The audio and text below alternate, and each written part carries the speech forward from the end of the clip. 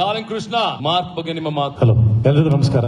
Max pre release event ಅಲ್ಲಿ ನಾನು ಪ್ರಿಯಾಕಂಗ್ ಹೇಳ್ತಾ ಇದ್ದೆ, ವರ್ಷಕ್ಕೊಂದು ಸಿನಿಮಾ ಮಾಡಕ್ ಹೇಳಿ, ಬೇಗ ಸಿನಿಮಾ ಮಾಡಕ್ ಹೇಳಿ ಅಂತ. ಅದ್ರ ಇಷ್ಟು ಬೇಗ ಮಾಡ್ತಾರೆ ಅಂತ ಗೊತ್ತಿರಲಿಲ್ಲ. ಇನ್ಫ್ಯಾಕ್ಟ್ ಡಿಸೆಂಬರ್ 25 ನಾನು ತಲೆಯಲ್ಲಿ ಇಟ್ಕೊಂಡಿದ್ದೆ, ಅಕಸ್ಮಾತ್ ಮ್ಯಾಕ್ಸ್ ಏನಾದ್ರು ಮೋಸ್ಟ್ಲಿ ಡೌಟ್ ಬರೋದು, ಅಷ್ಟು ಬೇಗ ಇಷ್ಟು ದೊಡ್ಡ ಸಿನಿಮಾ ಮಾಡಕ್ ಹೆಂಗ್ ಸಾಧ್ಯ, ನಾವು ಹಿಂಗಾರು ಮಾಡುವ ಟೈಮ್ ರಿಲೀಸ್ ಮಾಡೋಣ ಅಂತ ಬ್ಯಾಕ್ ಎಂಡ್ ಅಲ್ಲಿ ನಾನು ರೆಡಿ ಮಾಡ್ತಾ ಬರ್ತಾ ಇದ್ದೆ. ಮತ್ತೆ ನಮ್ಮ ಮಂಜು ಅವರು ಈ ಫಿಲ್ಮ್ ಅಲ್ಲಿ ಕೋ ಡೈರೆಕ್ಟರ್ ಕೆಲಸ ಮಾಡ್ತಿದ್ರು. ವಾರಕ್ಕೊಂದ್ಸಲ ಕಾಲ್ ಮಾಡ್ತಾ ಇದ್ದೆ, ಬರ್ತೀರಾ ಅಯ್ಯೋ ಸರ್ ಶೂಟಿಂಗ್ ನಡೀತದೆ, ನಾವು 30 ದಿನ ಬಂದ್ಬಿಡ್ತೀವಿ ಅಂತ. ಅದು ಏನು ಒಂದೂವರೆ 2 ತಿಂಗಳ ಹಿಂದೆ 30 ದಿನ ಹಿಡ್ಕೊಂಡು ಹೆಂಗ್ ರಿಲೀಸ್ ಮಾಡ್ತೀರಾ, ಏನೋ ಬರಲ್ವೇನೋ ತಾಡು. ಆಮೇಲೆ ಮೊನ್ನೆ ಸೆರೆಮನೆಗೆ ಹೋದಾಗ ಎಲ್ಲ ಕಂಪ್ಲೀಟ್ ಆಯ್ತು, ಇನ್ನೇನು 100% ಬರ್ತೀವಿ ಅಂದ್ರು. ನಾನು ಸರ್ ಇಷ್ಟು ಬೇಗ ಹೆಂಗೆ, ಅವಾಗ ಒಂದಷ್ಟು ಎಕ್ಸ್ಪ್ಲೈನ್ ಮಾಡಿದ್ರೆ ಹೆಂಗ್ ಮಾಡಿದ್ರು ಅಂತ. ಒಂದು ದೊಡ್ಡ ಒಂದು ಲೆಸನ್ ಅಂತ ಹೇಳ್ಬೋದು ಇದು ಎಂಟೈರ್ ಇಂಡಸ್ಟ್ರಿಗೆ. ಸಿನಿಮಾನ ಅಂದ್ರೆ ಒಂದು ಕ್ವಾಲಿಟಿ ಸಿನಿಮಾನ ಹೇಗೆ ಅದನ್ನ ಇಷ್ಟು ಬೇಗ ಒಂದು ಪ್ರಾಡಕ್ಟ್ ರೆಡಿ ಮಾಡೋದು ಅಂತ. ಅಂಡ್ ಆ ಟ್ರೈಲರ್ ನೋಡಿದ್ರಾಗ ಇಷ್ಟು ಅರ್ಜೆಂಟ್ ಅಲ್ಲಿ ಮಾಡಿದಾರೆ ಅಂತ ಅನ್ಸೋದೇ ಇಲ್ಲ. ತುಂಬಾ ಟೈಮ್ ತಗೊಂಡು ತುಂಬಾ ಯಾಕಂದ್ರೆ ಎಲ್ಲೂ ಒಂದು ಫ್ರೇಮ್ ಅಲ್ಲೂ ಏನೋ ಸಿಂಪಲ್ ಶಾರ್ಟ್ಸ್ ಗಳಿಲ್ಲ, ಅಷ್ಟು ಅದ್ಭುತವಾಗಿರೋ ಫ್ರೇಮ್ಸ್ ಗಳಿದೆ. ಅದಕ್ಕೆ ಡೆಫಿನೆಟ್ಲಿ ಒಬ್ರು ಮೇಕರ್ ಆಗಿ ಎಷ್ಟು ಟೈಮ್ ಬೇಕು, ಎಷ್ಟು